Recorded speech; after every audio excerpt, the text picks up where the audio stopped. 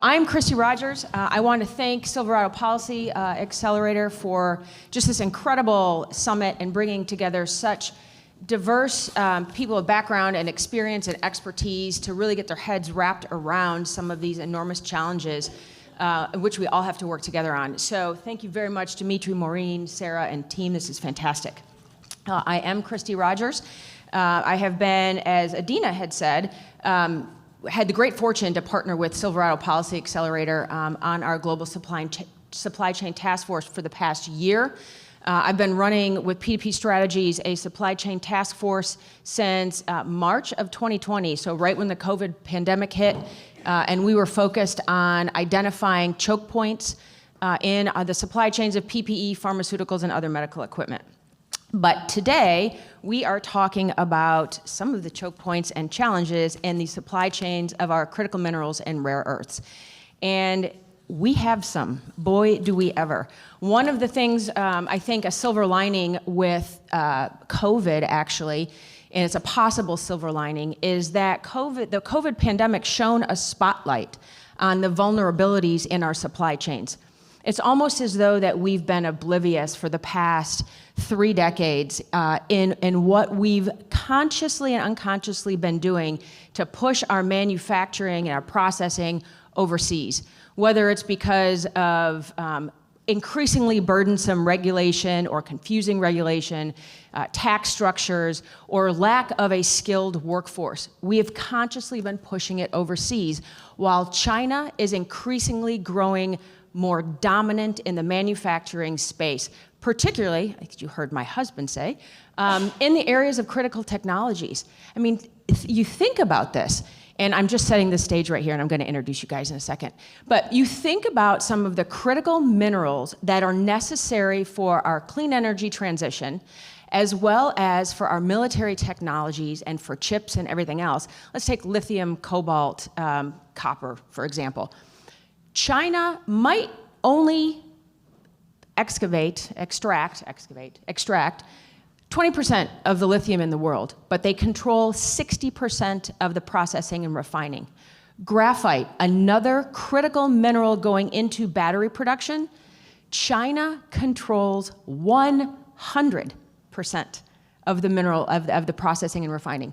If you don't think that's a problem, I mean, if China does not want us to have graphite to make batteries, we don't have batteries. China will sell us electric vehicle cars. They'll be happy to take us off that map. China's electric vehicle is the #1 selling vehicle in EU right now. You should think about that. So we have some very hard challenges, and we are only going to overcome them if we work together. And that is governments, that is our allied governments, it's our frenemies, and it's industry. And we need to look at all of the toolbox in our trade toolkit, as well as all of the innovation that we can muster to work together.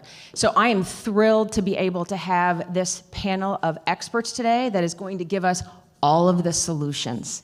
See, no pressure on any of you. So with us today, and because of course COVID hurt my eyes, I have to put my glasses on. That's my excuse, and I'm sticking to it, everybody. With us today, we have Stacy Hastie. Stacy is the co-founder and CEO of U.S. Strategic Metals, which is in Missouri. It is the first integrated battery-grade nickel cobalt producer in the United States. Mine, processing, refining. U.S. Strategic Metals has actually developed a green battery platform that is secure, closed loop, and a turnkey domestic materials supply for us. He's also, Stacy's also hails from a 4th-generation family in the mining business. We next have, I'm going to go right down the aisle. We next have Greg Bowman. Greg is Senior Vice President and Chief Strategy Officer for Siemens Government Technologies. Siemens Government Technologies is the cleared provider of Siemens goods technologies, which includes everything from digital twin, digital thread technologies, and advanced manufacturing. So he's going to have a lot of solutions as well. We then have, Robin Millican, who's the Senior Director of U.S. Policy and Advocacy for Breakthrough Energy. Breakthrough Energy is a network of Entities and initiatives founded by Bill Gates to scale the technologies that are necessary to achieve a path to net zero emissions by 2050. And last but not least, we have Helaina Matza. Helaina, I love your title. You are the Deputy Special Coordinator for Global Infrastructure and Energy at the State Department. And you've spent your past, I would say, 8 years at the White House and the State Department in various senior roles, developing and managing multi-million-dollar initiatives related to energy, climate change, and securing clean energy supply chains. So if these four don't have answers, we probably should go to the bar much sooner.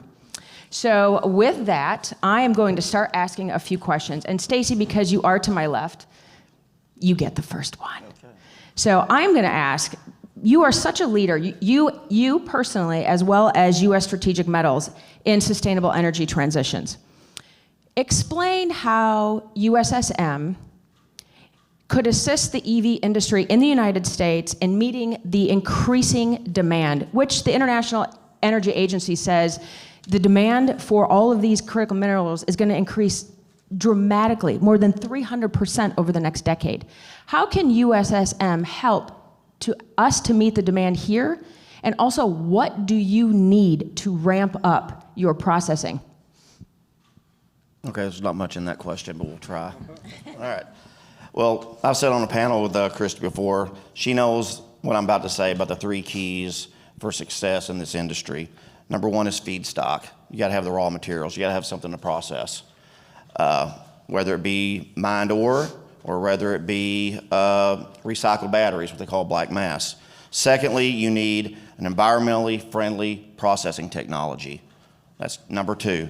Without it, the whole purpose here is to reduce the carbon footprint. It has to be environmentally friendly. And finally, permitting. It's very difficult to permit sites, especially in the U.S., that can do everything from mining to processing. Fortunately, USSM has that capabilities, and it can be done by others as well. There's plenty of room in this market for a lot of other folks. So our primary mission, and I come from the environmental background as well, is environmental stewardship. That's our primary focus, whether it be from the operation, and whether it can be when you start looking at the supply chain, what can we do to integrate that supply chain and secure it to help reduce the carbon footprint. Currently, in the international market, the supply chain footprint is very fragmented. You have mining in the DRC, it gets shipped to China for refining, and also for precursor, PCAM, and then it gets shipped to Europe, US, whatever it may be, by the Chinese. That's what happens today. That's a lot of carbon footprint, okay? So what we're doing at USSM is we are integrating that supply chain footprint. Fortunately, we have the mining capabilities. We have long-term strategic partners that can provide us recycled batteries, black mass for processing. So we can do that. We can mine, work with the recyclers, we can process on-site and refine, and we can go all the way downstream to PCAM as well, which we'll be producing PCAM in 2026. So the whole mission is carbon footprint and creating efficiencies. And by doing that, you also bring together the security of your supply chain. You're not reliant on China. And Kristi's exactly right. They don't want to sell us batteries. They want to sell us cars. There's a lot there I'm going to unpack. Oh, I forgot about the U.S. government. Yes, you did. I forgot about the U.S. government. The U.S. government, well, first of all, this is a very capital-intensive industry. It takes a lot of capital to get a mine operational, a recycling plant built, a processing plant built, and it's long lead times. So I commend the U.S. government so far in the BIL and the IRA. There's some good programs there that help with funding because especially now in today's market, capital is very difficult to obtain right now. It's very challenging. So I would encourage the government to keep doing that. If I could give any constructive advice to the government on deployment of those funds, the last round was highly successful. It seemed to be lithium focused and focused on a lot of projects, in my opinion, that are very long-term impact projects, whereas there are folks like USSM and others that could make an impact within 1 or 2 years. So maybe a better balance on the future deployment of those funds to something that's more of an immediate impact versus long-term. Excellent. Excellent, thank you. With that, Helaina, I'm going to jump right over to you because Stacy gave us an example of where governments can help industry right now in a very capital-intensive space. Right now, the U.S. and our allies, we don't have access to the necessary critical minerals to meet the demand for our military technologies in the next decade, let alone the chips and the clean energy transition. So how, from your vantage point and working on a lot of these initiatives, what other opportunities are there for governments to assist, for our government to assist companies like USSM and companies around the world to reshore or to friendshore, to ally shore? Yeah, it's a great question, and there's quite a bit that the government is already doing. Of course, it was already mentioned, the work with the Bipartisan Infrastructure Law, CHIPS Act, and IRA is really designed to be a pretty transformative infusion and innovation across the full clean energy supply chain. And part of the reason why the initial set of grants were focused at $2.8 billion on both upstream and processing was really to demonstrate our understanding of the work that we need to do at home. And the president has been very clear that of his top national security priorities, securing American supply chains and the issues around critical minerals is really on the top 3 of that agenda. And we saw that just earlier this week in his meeting and presser with President Trudeau, where they both mentioned critical minerals, the work that we're doing on DPA and others, as absolutely instrumental elements of our cooperation. So I take care of lots of elements of this partnership and this type of work, but really focus especially on the clean energy supply chains. And the answer is quite complicated. We kind of have to do it all at the same time. So many of the incentives, the production tax credits, the work that we have here at home is to make sure that we're making both the long-term and short-term investment to bring up our capabilities here. You're right, Stacy, the first tranche was absolutely focused on lithium, but that's not where it's going to end. And one of our first announcements was actually on capabilities to bring graphite from Mozambique to Louisiana for processing to bring that 100% number down. But it's going to take a lot of time, and it's something the U.S. can't do on its own. So all of this legislative work that's happening in our system is designed to get us into the game. It's designed to move all the work we need to do on production, processing, battery manufacturing, work with the OEMs across the whole value chain as quickly as possible. And then what I do is focus on where we're addressing some of those deltas. And we do that really in partnership. And so the initiative I run, the Partnership for Global Infrastructure Investment, is really designed to work on that issue set with our G7 partners. And we use those tools in all different ways. So we are looking at new production opportunities overseas. We're also responding to countries' requests as they're trying to think through how they add beneficiation and value-added industry in their markets, which is a different investment model than they're used to, which has been very extractive, out of the country focused. And as mentioned already, with a huge portion of that processing across at least the battery metals finding their way to China. So an opportunity to actually work and help support these regional processing hubs and ensure that the right battery precursor material enters our market, enters the global supply chain is really top of mind.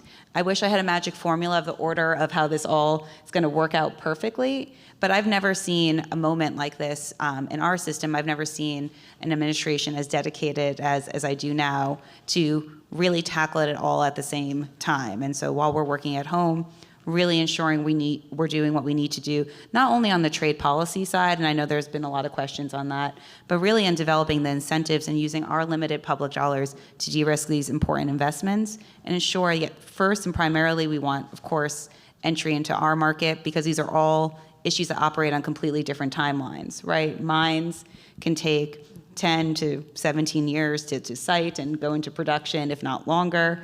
And there's a lot that we can do midstream and downstream quite a bit faster. So thinking about how we understand the demand that's really coming out of our market and trying to hit all those issues at the same time, I think is a really strong focus of the administration's. Excellent, thank you. I'm going to stick with the government piece just a little bit further. And Robin, I'm going to switch to you. You work a lot with elected officials, policymakers, decision makers in your current role, and you have. That's quite a balance that has to be struck when we're talking about the critical minerals industry, right? There's a lot of the NIMBY, not in my backyard. So what is your advice, or what are some examples where you see the geopolitical and economic and environmental issues being balanced in an appropriate way, that we are making our supply chains more resilient, and that we're also, friend-shoring or ally-shoring? And are there any particular technologies that are environmentally friendly that are helping us do that? For sure. Well, just to give you all a little bit of a flavor of what we do at Breakthrough Energy, as Kristi mentioned, we're an organization that was founded by Bill Gates to really work at the nexus of technology, market, and policy innovation, all of the things that we need to do to get to net zero. So we're very much in the climate business, but critical minerals are an essential ingredient, right, to everything that we need to do to reach the energy transition. If you think about renewable energy, EVs, transmission lines, all of those things have very high mineral requirements. The International Energy Agency estimates that it will be up to 6 times the amount of mineral inputs needed for all of those things than what we currently use. So it's a huge challenge. So we're very much thinking about what are both the policy as well as the market innovations and the technological innovations that we need in order to satisfy those requirements. So I'll mention a few things that we're looking at. So in order to have a really robust, resilient supply chain in the mineral space, diversification is key, right? We need to be thinking about ways to work with allies, of course, as Helaina mentioned. So there's a huge need for diplomatic engagement, right? We need to think about, of course, what we can do in the U.S. to develop more extraction capability and more refining capability, but we also need to work with allies in order to build out that supply chain to the level we need it to be at. So the Mineral Security Partnership that I know Helaina and her team have been intimately involved in setting up and implementing is going to be key there, right, to make sure that we can work with allied countries like the EU, Canada, Korea, places that we have a traditional or a long history, rather, of cooperation and engagement. So we think there's a huge need on the diplomatic and trade side to build out agreements to secure access to minerals, because the worst thing that we can do is stockpile, right? Everyone retreat to their corners and try and grab up as much as we can. That would be a really unfortunate development. On the kind of defense and national security side, using authorities like the Defense Production Act to, yes, get what the Department of Defense needs for its own requirements in areas like permanent magnets, right, that you need for defense technologies like F-35s. Super important, but that mechanism can also be really catalytic as far as bringing in private investment that has co-benefits for the energy industry as well, right? If we're using, Department of Defense buying power to set up more domestic capability, that also can be used for other purposes that are really important. And then I'll also mention what the Department of Energy and the U.S. Treasury are doing to implement what's already been passed in law through the recent bills, those being the Infrastructure Investment and Jobs Act that passed in 2021, the CHIPS and Science Act that passed last year, and of course the Inflation Reduction Act. Huge developments in the mineral space. So there are many programs now at the Department of Energy to invest direct grant dollars into minerals extraction, processing, and manufacturing. That will be huge for the domestic industry. And then, as Helaina already mentioned, we now have tax credits both on the production side and the investment side that will catalyze further private sector investment in those spaces. So we need to make sure that those programs are set up well and implemented quickly in order to shore up those gaps. Of course, while all of these things are super positive developments, much more remains to be done. As you already mentioned, Kristi, we need a deal on permitting, siting, and mining reform. That is essential. And we also need, and Helaina, would love your thoughts on this, to have a more aggressive push to better connect all the dots between our diplomatic efforts, our trade efforts, and our national security efforts, because all of those levers need to be pulled in order to ensure that we can get access to what we need. Yeah, I completely agree with that. Greg, you have been on the P2P Strategies Global Supply Chain Task Force for the past couple of years. an integral member with Siemens and just the leading technologies, but also your role on the Defense Business Board, to which you were appointed. From both of those vantage points, what do you see can be done and using some of the tools in our trade toolbox to further incentivize advanced manufacturing and some of the critical minerals of processing back, either reshoring or domestically? No, that's a great question, and I really appreciate the opportunity to be on that task force, because if you read the report that Kristi's team led for the first and second phase of that task force, so many of the answers are there. It's not admiring the problem anymore. It's focusing on practical, pragmatic ways to solve the issues that are facing us. I was struck this morning by the pessimism, I guess, for lack of a better term, from the war game we did. And I think, for me, I'm exceptionally optimistic. And the reason for that isn't because of politics or government. Honestly, it's because we are at an inflection point in technology right now that rivals the time in which we saw the iPhone come out. I have a little sticky on my computer monitor at home, this guy, January 2007, because that was the introduction of the iPhone, and the impact that one piece of technology had on our ability to do things around the world, that democratized information, that gave people the ability to engage in discourse, to find new ways of making money, to develop new business models, and to create new industries, was phenomenal. And we are at that point again. As you look at our ability to be competitive against our adversaries, the use of digital technology to drive manufacturing and to distribute manufacturing has never been greater. It's affordable, it's usable, it's translatable into a workforce that needs this type of advanced skill set, and quite honestly, it's distributable, so that you can make things, you can democratize things that are manufactured again. I grew up in a very small town, didn't have a stoplight in the entire county where I grew up. We had one factory until we didn't, and half the population of that county left. Today, we can distribute manufacturing around the world at the point of need that can allow for jobs, it can allow for visibility of the supply chain, and excitingly, it can also provide a great way to decarbonize much of the supply frame that relies heavily on transportation and warehousing. As we look at it from the rare earth mineral standpoint, you look at the ability to mine these minerals, and it's a misnomer to say they're rare. There's a lot of it out there. It's just hard to obtain.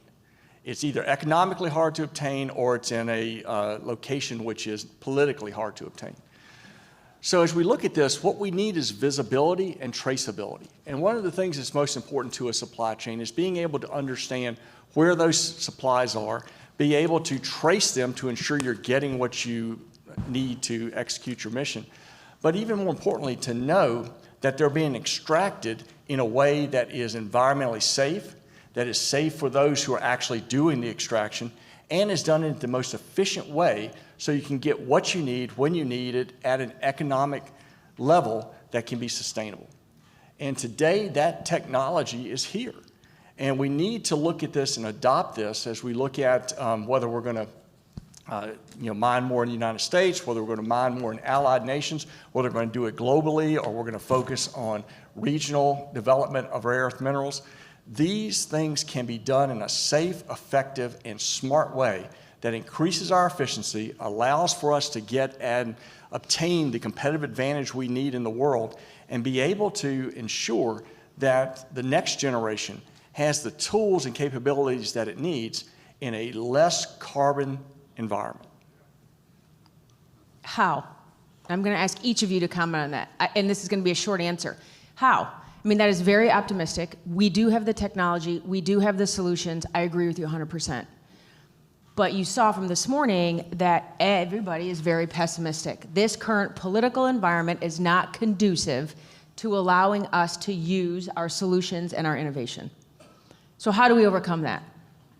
And I'm going to go right down the aisle, but Helaina, I'm going to start with you this time. How? What one thing can we do?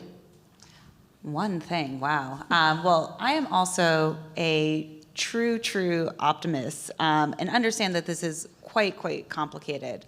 In the case of innovation, I don't know if there is more that we need to do besides publicize our solutions and actually make sure that we're helping them enter the global market, not just the US market, specifically on not only innovation in mineral extraction, but all of the amazing work that's coming out in these new, like, one-pot multi-processing capabilities, some of the stuff that U.S. Strategic Metals is doing, and then also our recovery. And so there's amazing things coming out of the U.S. and other markets that are, but really primarily the U.S., that allows us to revisit old tailings and recycle and reuse in a way that's not just waiting for end of life of battery. And so there's a lot we can do, not just on the R&D side. I think we have the right tools here in the government of what we're doing to de-risk those investments, but we also need to make sure that we're doing that facilitation and matchmaking. So I'll say communication. We need to communicate, right? And facilitate. And facilitate. Okay. All right, Robin. Yeah, so my boss, Mr. Gates, he is an eternal optimist. That's his brand. So in the spirit of optimism, I will also say I think we can do it. Innovation is huge, right? Through the Breakthrough Energy Venture Fund, we're investing in some companies like Lilac and 33 Tech that are able to extract more lithium out of things like brines, right, that we can get lithium out of if we're drilling geothermal wells, for example. There are also companies like Redwood that are doing anode and cathode material production that are also using a lot of recycled batteries. So necessity is the mother of invention, right? So I think we'll figure out how to do it if we need to do it. And as Helaina mentioned, I think there are things that are kind of waiting for us to tap into. I mean, one example is we need elements like dysprosium and neodymium to make really high quality permanent magnets. As has already been mentioned, those things are actually available in places like, for example, when we do bauxite mining, there's a lot of red dust that's produced. That red dust has trace amounts of both of those elements. We could be using that as well as things like phosphogypsum that's produced when we extract thorium and uranium. That also has trace rare earths in it, as well as coal mine tailings. We could be doing a better job of recovering all of those things from those waste and byproduct materials, and we're not doing that, but I think we will do it if we need to do it. Okay, Stacy, over to you. What one thing? I'm skipping you, Greg. You get to go last. No.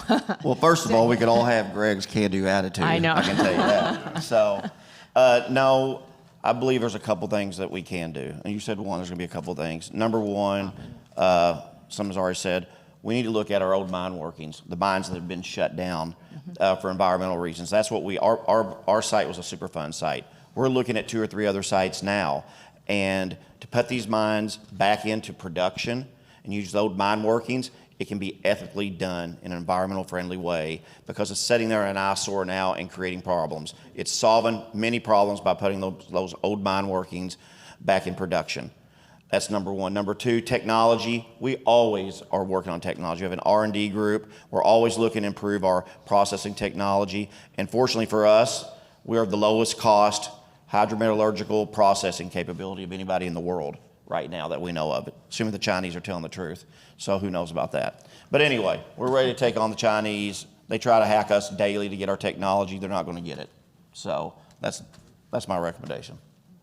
Okay, Greg, one thing we can do to make certain we implement the many solutions you said we have at our fingertips. The one word is openness. At Siemens, our leadership has repeatedly over the last decade seen the need to not predict the future because honestly we can't. We have to be able to prepare for the future, and it's distinctly different. We spend a lot of time, and in Kristi's report, the first task force report we issued, it said specifically in there, we've got to stop fighting the last war. And understand we can't predict the future war. We have some idea, but we got to prepare, not predict. And as we look at this, what we need is an open way for the nation as a whole to innovate.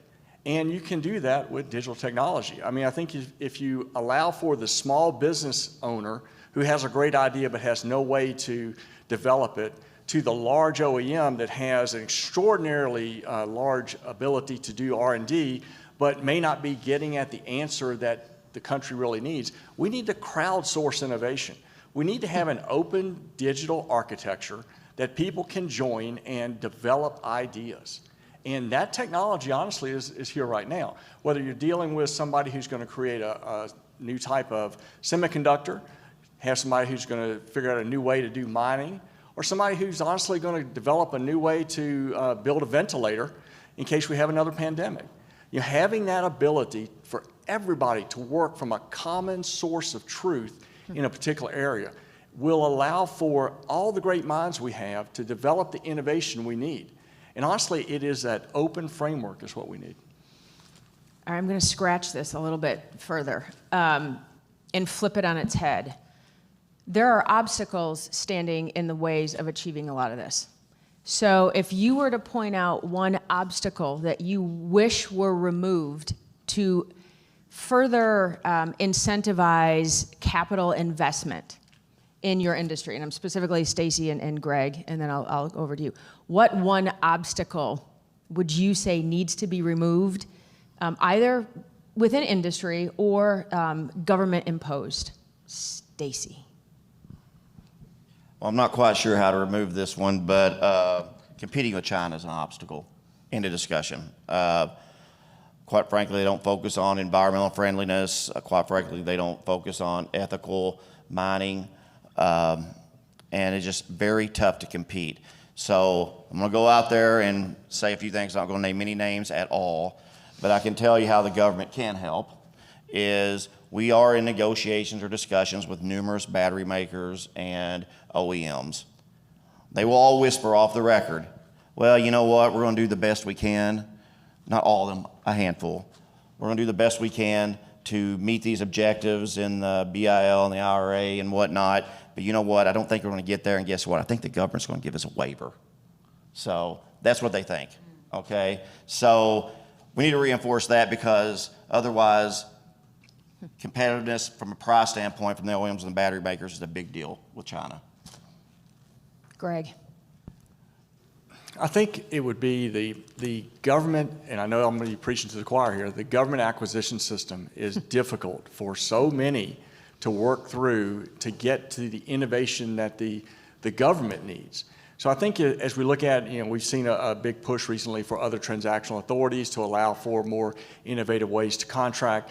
But as you look at the ability for a small business, medium-sized, or even a large business to work through the process of getting things to the government that are innovative, that are new, that are risky, I think that's one area that we need to look at. Now, there's been probably 25 different over the last 10 years efforts at acquisition reform. We need to start looking at a way that we can trust industry to do what's right for the nation. And that a little bit of that trust means a little bit of risk, where you change some of the rules to make them more flexible to allow industry to compete with each other, absolutely, but also be able to get what the government needs faster. Quite honestly, we don't have the luxury of time anymore. The oceans don't mean anything anymore when it comes to national security. We don't have the luxury of waiting for innovation. We have to be proactive because the adversary is VFR direct. We need to be able to crowdsource and use what we have in an open way and get that to the government in a way that's flexible and timely. So I would say speed. Okay. Robin, so from your vantage point working with industry and governments, what one obstacle needs to be removed from either to help speed this up and make our supply chains more resilient?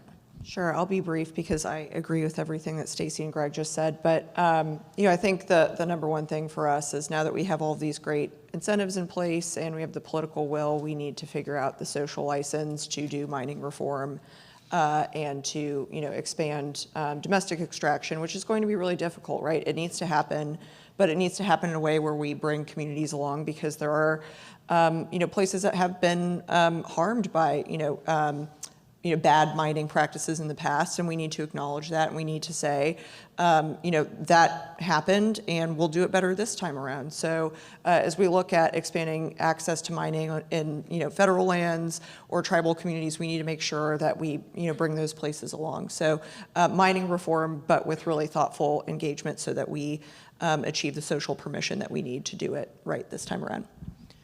Excellent, thank you. Helaina, in I agree. A lot of initiatives that are coming out of the administration are focused on doing this, on just this, like speeding up, strengthening the resiliency of our supply chains, reshoring, domestic shoring. But from your vantage point, in working in this in the past 8 years, what obstacle do you think needs to be removed in order to even further expedite?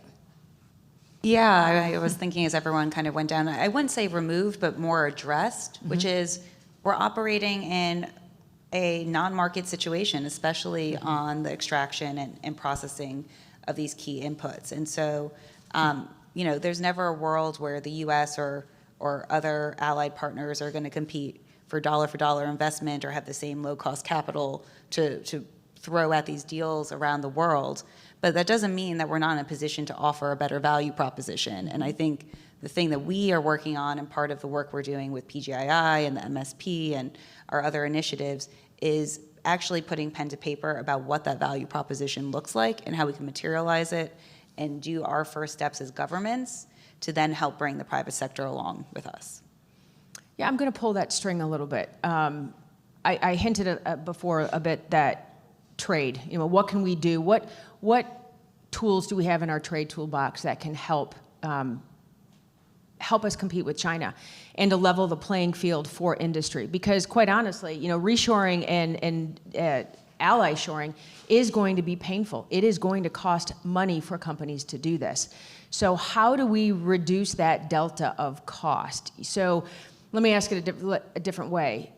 Are there trade agreements, I don't know if I can use the word agreements, but are there trade agreements that we could enter into, let's say with New Zealand, Australia, Japan, South Korea, that would level the playing field for reshoring, ally shoring, some processing and refining of graphite?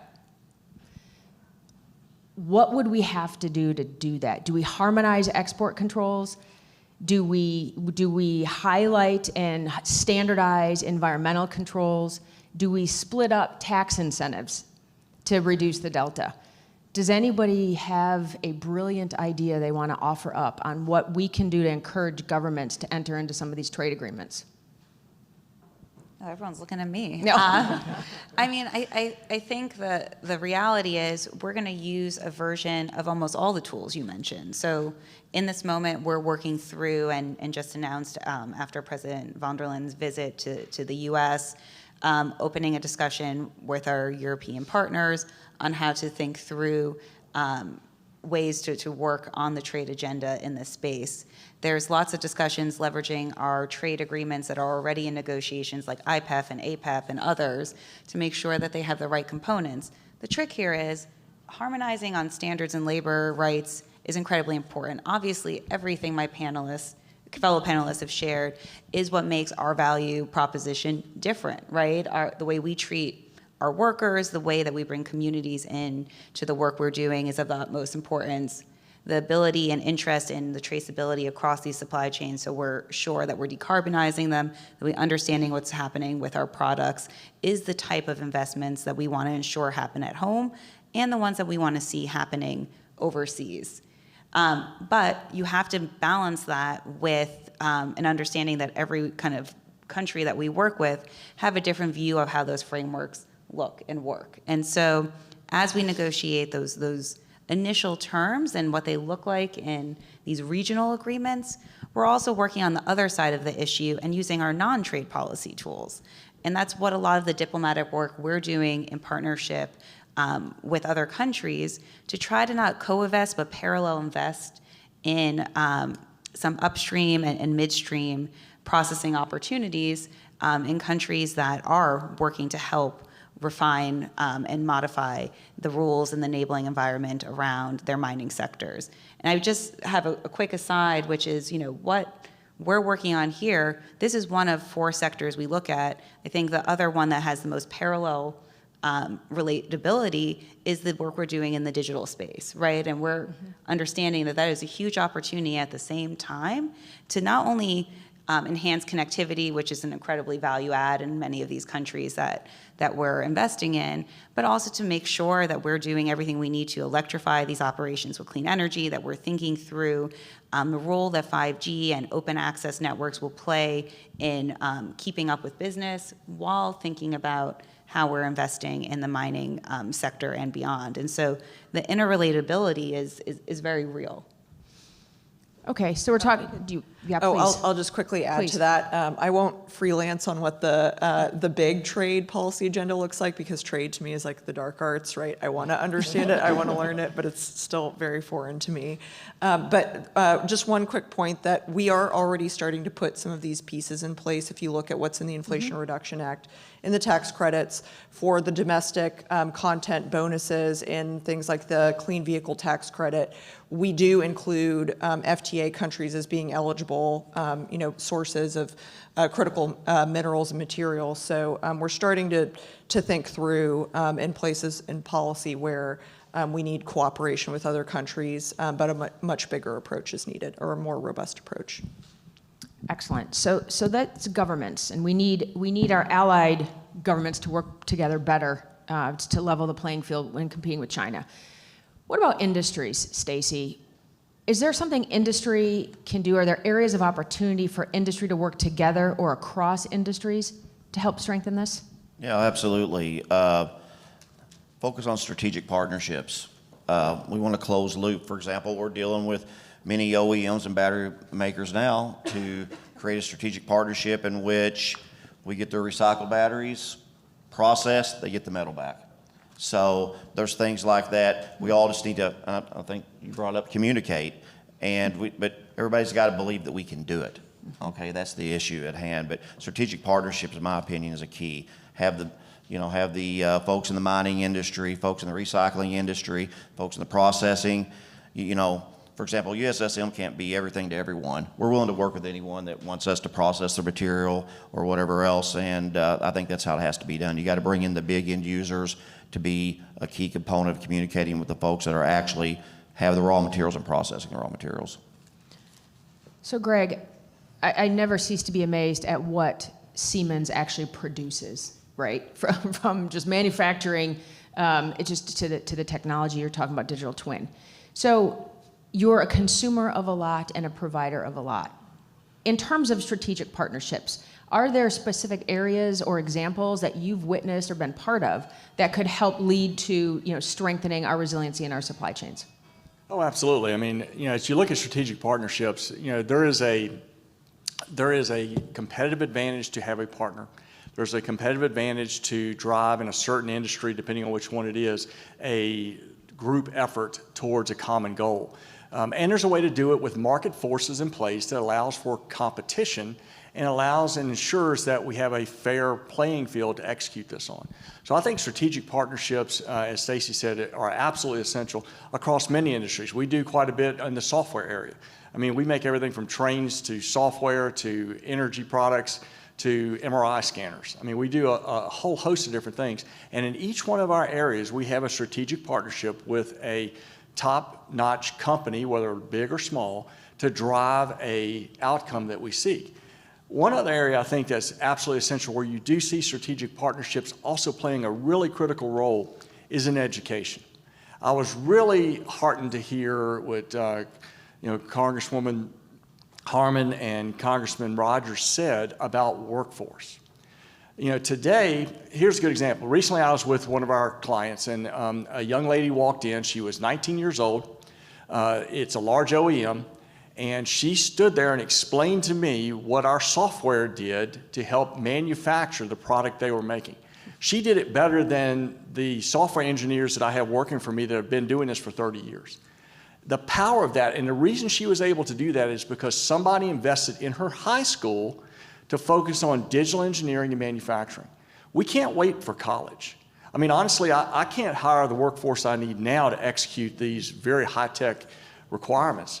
But as an industry, what we can do is we can focus on education with open platforms and drive that at the high school level and above, because that's where we need it. I mean, when we look at STEM education today, I mean, it was a frightening statistic what Chairman Rogers said. I mean, just an inability to read.